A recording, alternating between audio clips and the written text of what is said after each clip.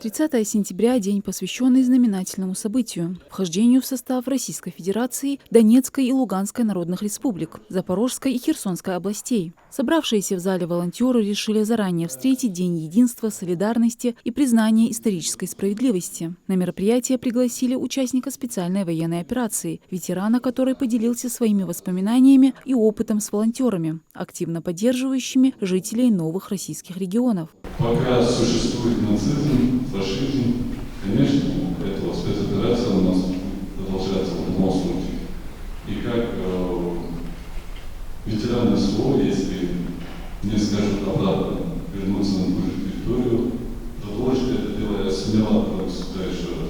Главная цель встречи – живой диалог, обмен опытом и мнениями. Волонтеры задавали вопросы о том, как можно наиболее эффективно оказывать помощь военнослужащим и мирным жителям новых российских регионов. Этим они занимаются в рамках акции «Спасибо, что мы вместе». Добровольцы представляют различные общественные организации и движения, куда входит сбор и доставка гуманитарной помощи, оказание психологической и информационной поддержки. Мы собирали канцелярские принадлежности для жителей новых регионов. Это было около 1000 поставок, если я не ошибаюсь.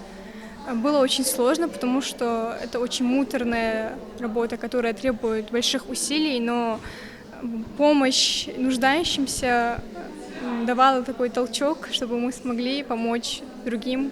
Движущая сила волонтеров – это глубокое чувство сопричастности, стремление к справедливости и искреннее желание помочь людям, оказавшимся в беде. Их деятельность направлена на оказание жизненно важной помощи, содействие в восстановлении мирной жизни, демонстрацию солидарности и укрепление единства общества. Ресурсный центр добровольчества Ингушетии не планирует останавливаться на достигнутом, заверяют, что помощь будет оказываться и далее. В данный момент у нас идет уже популяризация и реализация именно крупного его проекта, это волонтерский как образ жизни.